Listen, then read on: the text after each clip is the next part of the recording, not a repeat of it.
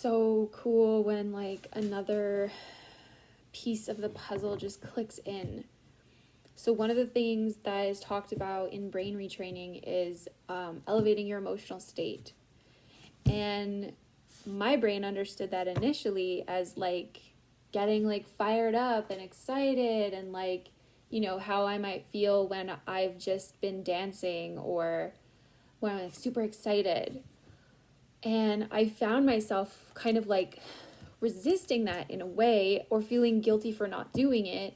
And I hadn't really thought, I mean, I just didn't really know why, but now I know why.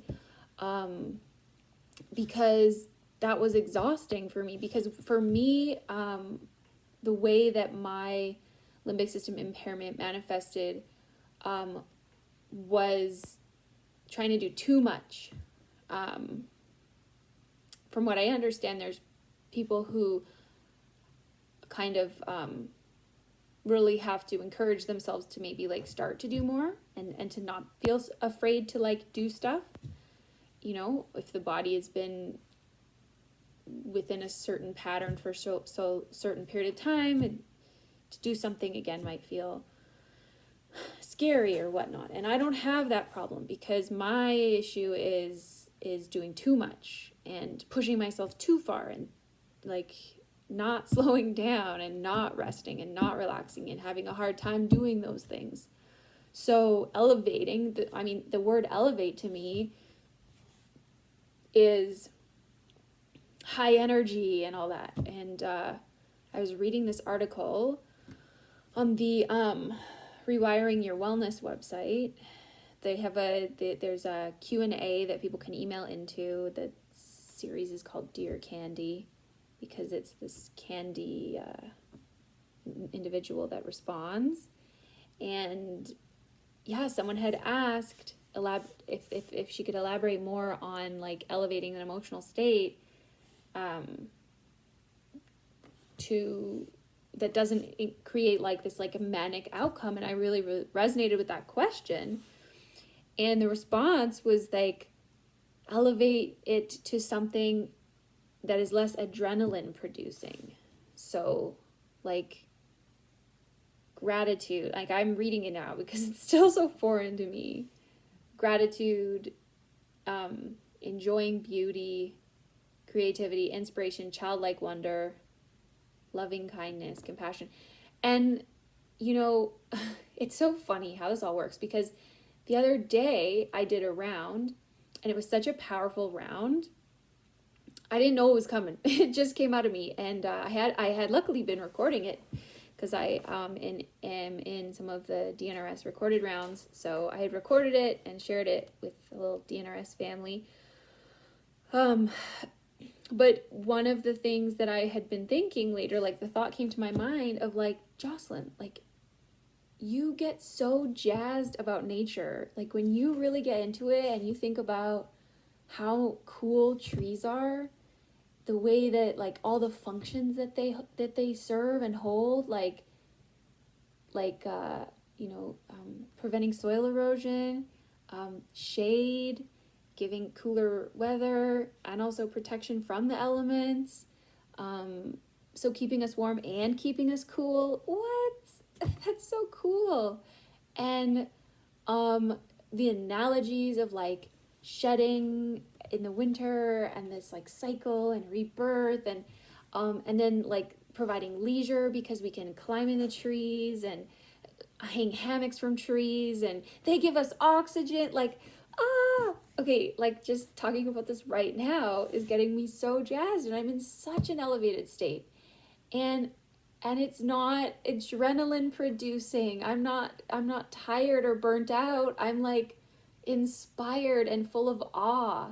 And so I'm just so grateful today to have read that because it really just clicks in for me that, yeah, I feel much more confident in my ability to elevate my emotional state now, knowing that it doesn't have to be me jumping off the walls, acting like an enthusiastic small child, or I say small child because like sometimes like trying to get into the mindset of like a little kid that's just so excited helps me to like just like choose a different way of being in a moment where I might be facing some its or whatever the case may be.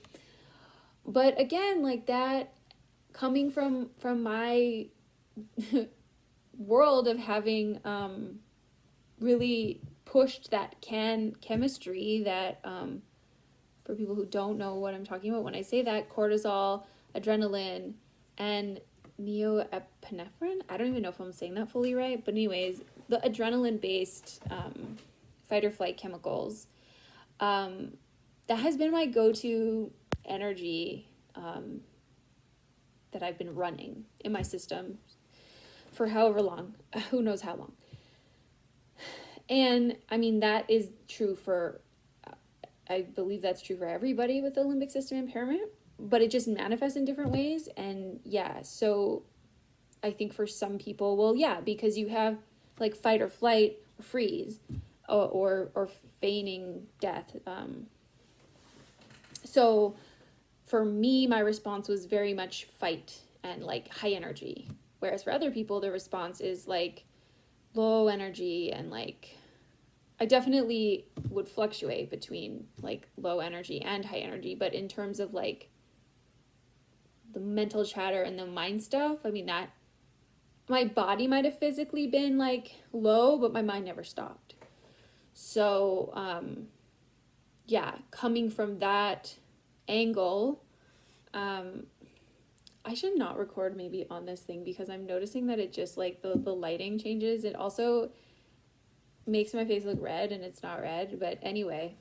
But yeah, coming from that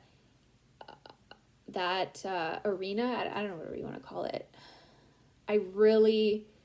It's been so clear to me that calming rounds are things that I need and calming things are things that I need, but I was getting so tripped up about this elevating my mood thing because I was just like, I felt like, gosh, I can't elevate anymore, man. I need to relax. I don't want to elevate. And now I get it. It's like, oh, so grateful to just learn that extra piece, you know? And that's the beauty, I think, of this program. I think of anything in general. It's the beauty of it is like, stick with it, because as you go through it and as your brain calms down more, you have capacity to take more in, and learn things in a different way and understand things in a different way. And like, I have read the same things over and over and over, and they're so helpful, and I keep reading them.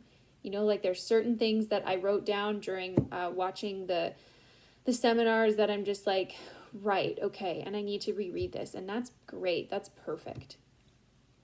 So anyway, I just wanted to share that because I'm really excited about that, and maybe it will also help someone else too.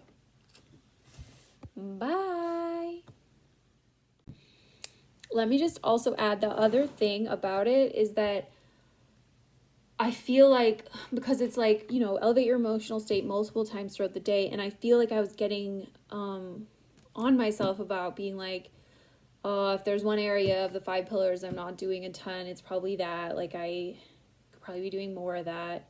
I'm just laughing because, you know, it's funny, but I mean, it's funny now. It wasn't funny before when I didn't realize what was happening. Of course, I shouldn't be elevating it in that way more. The point is, for me right now, for me specifically, is to calm everything down and relax everything and just like, just feel into that and not amp up my life. Like, I'm not meant to be going 24/7. So that's the thing. And I just, and that I realized that like, oh, well, with this new information, I've actually been elevating my my emotional state much more than I was giving myself credit for. Because, for example, I was just reading on my computer and I look outside and there's a little rabbit. Oh, I can still see. It's so cute, this little rabbit. It's a white rabbit. It's got some little speckles on it. It's so cute. It's just, I think it's licking its paw right now. You know, rabbits are very cat-like. And it's funny because my cat reminds me of a rabbit. So there you go. But it came running across and I was like, oh, there's a rabbit. And I got so happy, and I told Boo, my cat, I was like, Boo, look, it's a rabbit. Say hi. And then I just chuckled to myself for being such a ridiculous human. And then I'm like, oh, that was elevating my emotional state. So here I am this whole time judging myself for not doing the program as good as I could and all this stuff. Meanwhile, I was already doing it. I just didn't realize I was doing it because my brain had labeled doing it as one way, and I was just doing it a different way. So that's the funny thing about it, isn't it? And this is, again, I guess, where well, not again, because I haven't said this yet, but this is where the curious observer becomes so helpful. And, it's funny because, you don't know what you don't know until you know, but you can't, in my experience, you can't force that. And I think if you try to force it, then you really can't find it, You're like, all right, I'm going to figure this out. I'm going to get to the bottom of it. And I'm just going to think really hard and try to figure out what I don't know. It's not really how it works. I think for me, I'm seeing that it's like setting the intention for that. And in that setting of the intention creates the sort of like container for the inspiration or the pieces to click to come through. But it's like setting the intention and then surrendering to that intention and just like trusting that like you've made that conscious decision that, listen, I want to be focusing on XYZ. I want to be aware of XYZ. I want to like see what's coming up around this. So that is what I am consciously choosing, and then letting it go and trusting that your subconscious is like, all right, cool, I got that. I'm gonna find some information for you. I don't know if that's how it works in terms of actual brain science with the subconscious and stuff, but that's like kind of how I perceive it. I don't know. I might just be putting the wrong word to it, but there is something, for me, there is something. I was just calling it subconscious, but call it whatever you want. I feel like there is something that gets to work in a sense, but I don't think that something is unique to me. I think that something is, we're all connected by that something. And in that way, it can just pop in the information to me when I'm ready and available for it, when the timing is right, whatever else. I can't fully understand the rhymes or reasons of when these things come through, but I am grateful, I'll tell you that much. Anyway, that's all I wanted to say on that.